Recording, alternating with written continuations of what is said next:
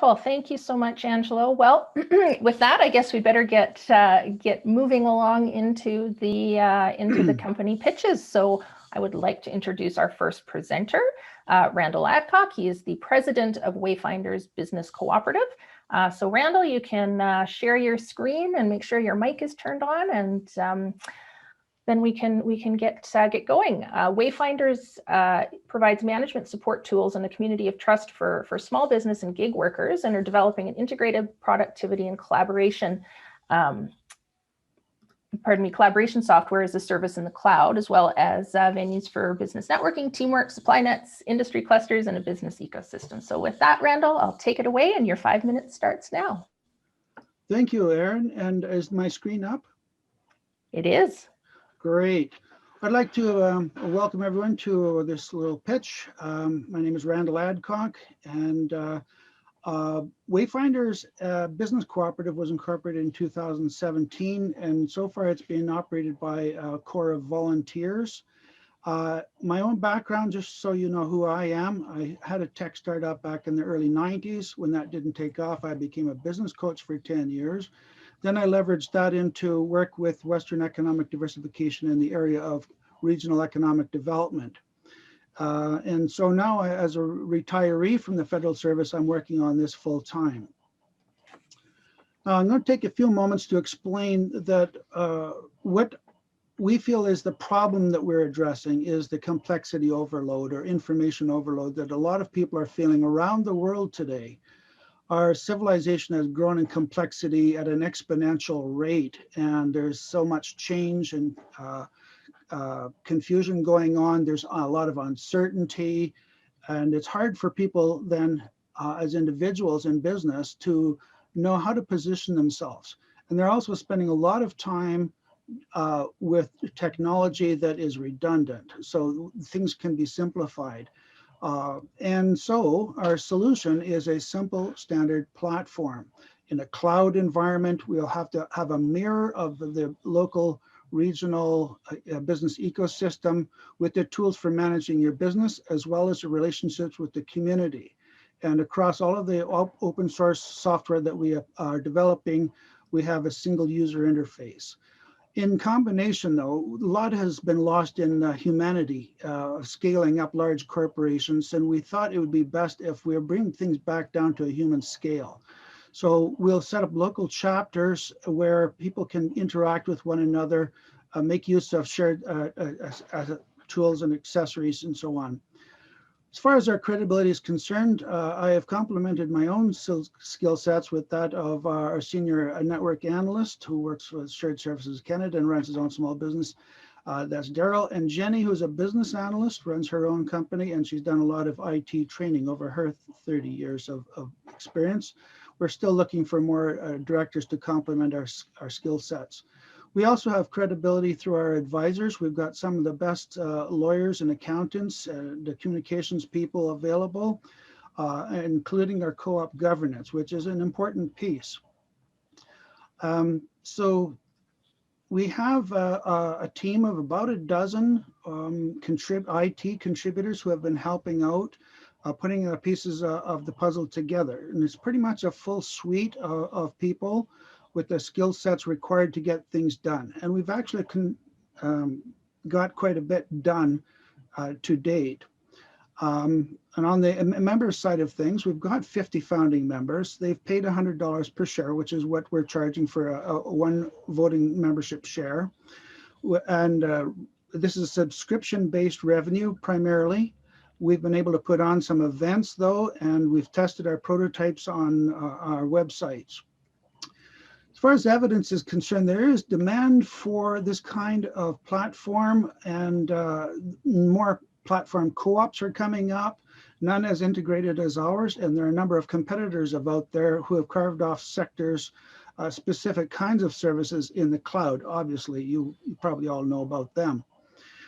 But we need to take the minimal viable products that we've got in place virtually as prototypes and scale them up and integrate these different applications in a meaningful way, the single user interface, shared database, and get these out and launched.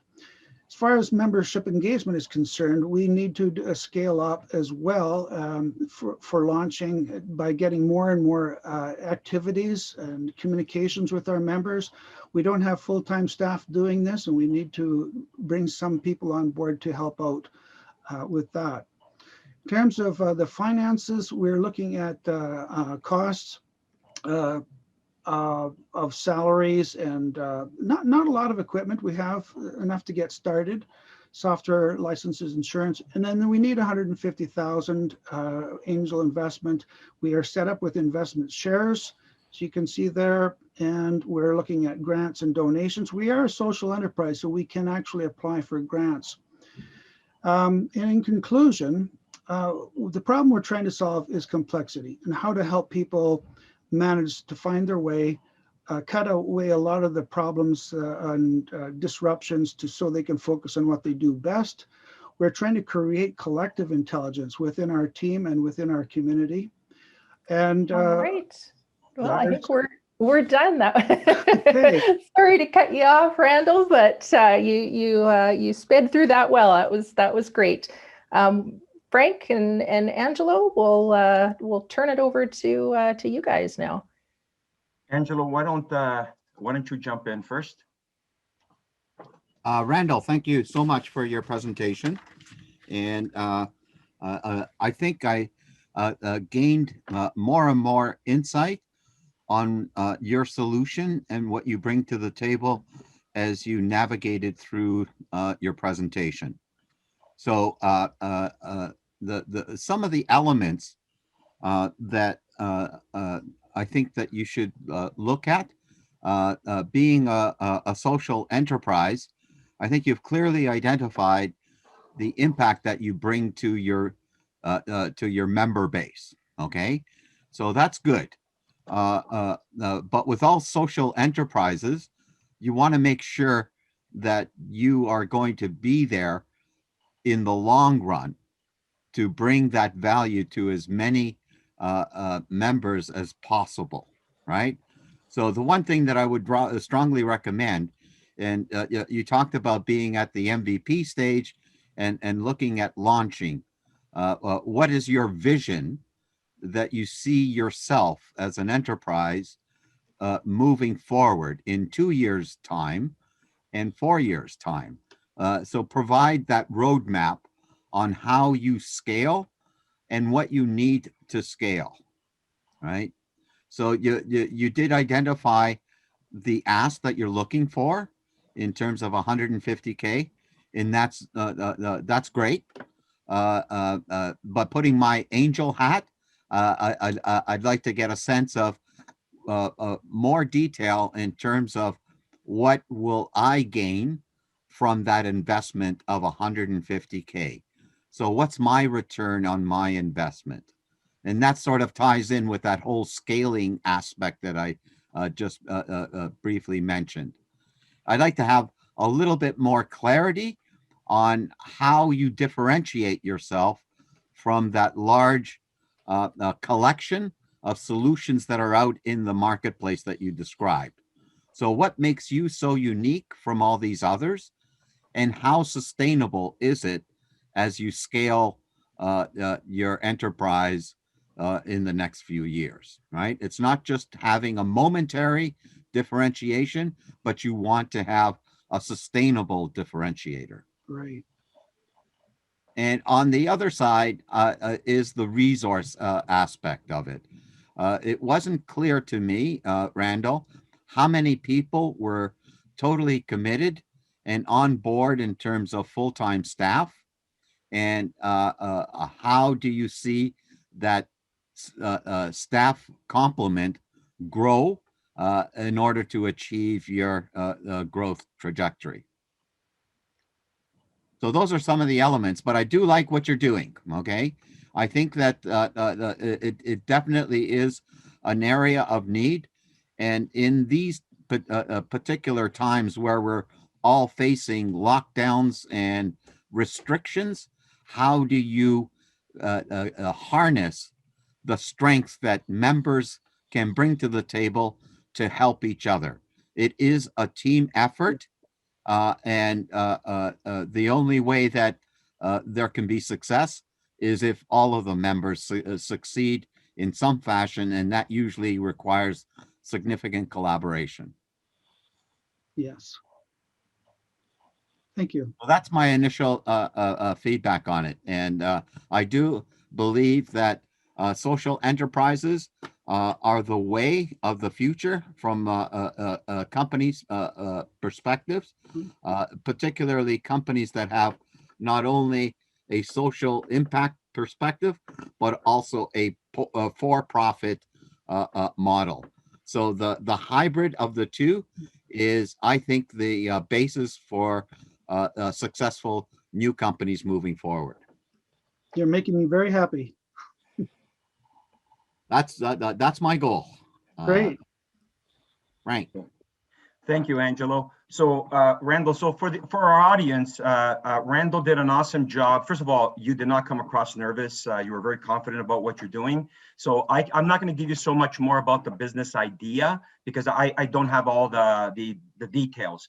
I just want to give you about the pitch. So we're following paces. You identified a problem. You say you have the answer. Where's the credibility to do this? We show some evidence, and then we want to show the steps that we're going to take to do what we said we're going to do. It's really that. So you followed that brilliantly.